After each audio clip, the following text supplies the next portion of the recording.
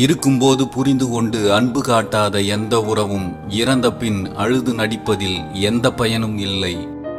ஒரு உறவு கிடைக்கும் போது தெரியாது, அதை தொலைக்கும் போதுதான் தெரியும் அது நமக்கு எவ்வளவு முக்கியமானது என்று. நம்மை நேசிக்கும் 100 பேரை நாம் நேசிக்க துவங்கினாலே நம்மை வெறுக்கும் 4 பேரை பற்றி யோசிக்கவே நமக்கு நேரம் இருக்காது.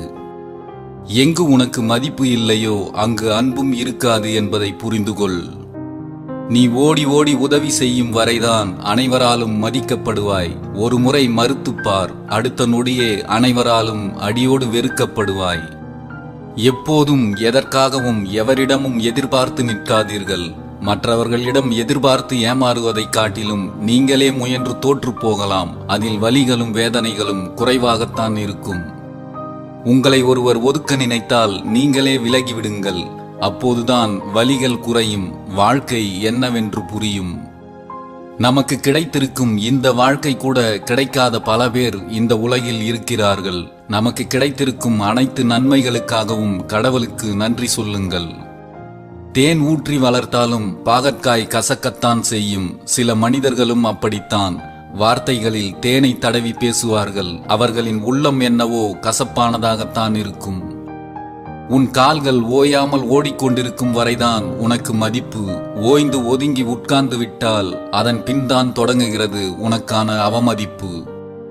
இறைவன் சிலவற்றை காலம் கடந்து கொடுத்தாலும் காலத்தால் அழிக்க முடியாததாக கொடுப்பான். எந்த சூழலிலும் சோர்ந்து போகாதீர்கள். இனி கடவுளை பார்த்ததில்லை என்று சொல்லாதீர்கள். உங்கள் கஷ்டத்தில் உதவும் ஒவ்வொருவருமே கடவுள்தான். கோபத்தின் உச்சகட்டம் அடுத்தவரை காயப்படுத்துவது அல்ல, அமைதியாக கடந்து செல்வதே. உன் உறவுகளை சேமிக்க வேண்டுமென்றால் உன் வார்த்தைகளை செலவழிக்காமல் இரு, அதுவே போதும். கூர்மையான ஆயுதத்தை விட கொடியது வலி தரும் வார்த்தைகள். வார்த்தைகளை கவனமாக கையாளுங்கள். உதடு தொட்ட வார்த்தைகள் உடனே உதிர்ந்துவிடும். உள்ளம் தொட்ட வார்த்தைகள் தான் உயிர் உள்ளவரை உயிரோடு வாழும். உதாசீனப்படுத்தப்படும் இடங்களில் நீ மட்டுமல்ல, உன் நிழல் கூட போகாதபடி பார்த்துக்கொள். எத்தனைதான் நெருங்கி பழகினாலும் காயப்படுத்தி கொண்டே இருக்கும் உறவுகள் உடனிருந்தும் பயனில்லை. அன்பு கலந்த ஆறுதலான வார்த்தைகள் தான் ஒருவரின் வாழ்க்கையையே உயர்த்தும். மன வருத்தத்தை தரும் வார்த்தைகள் மரணத்தை விட அதிக வலியை மட்டுமே தரும்.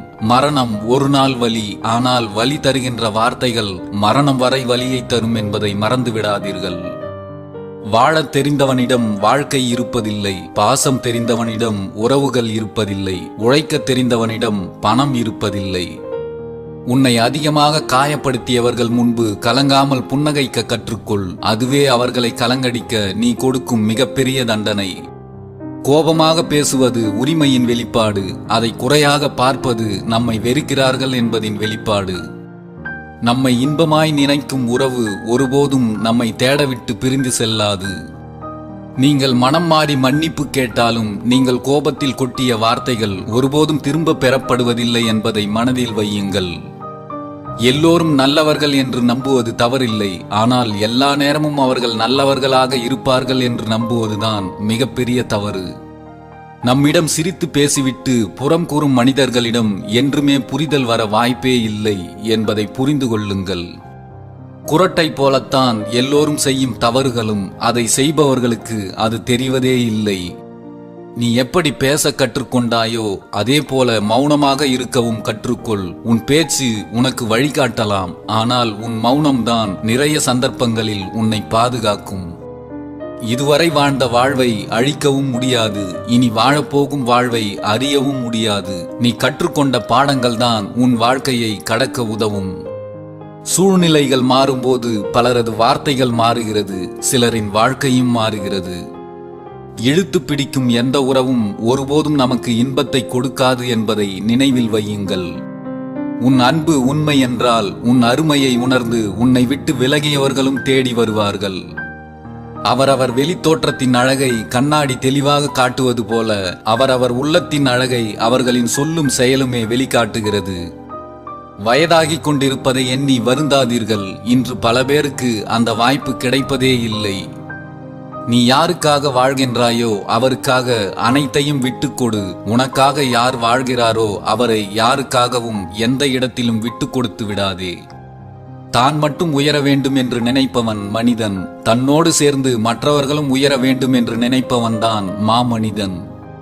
என்னதான் கடற்கரை அருகில் இருந்தாலும் வறண்ட நாவிற்கு கடல் நீர் தாகம் தீர்க்காது. சில உறவுகளும் அப்படித்தான்.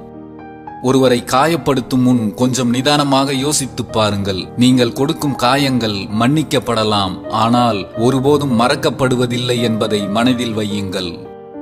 வாழ்க்கை என்பது புத்தகம் போல. அதில் முதல் பக்கம் கருவறை, கடைசி பக்கம் கல்லறை. இடையில் உள்ள பக்கங்களை கண்ணீரால் எழுதாதே, உன் புன்னகையால் எழுது.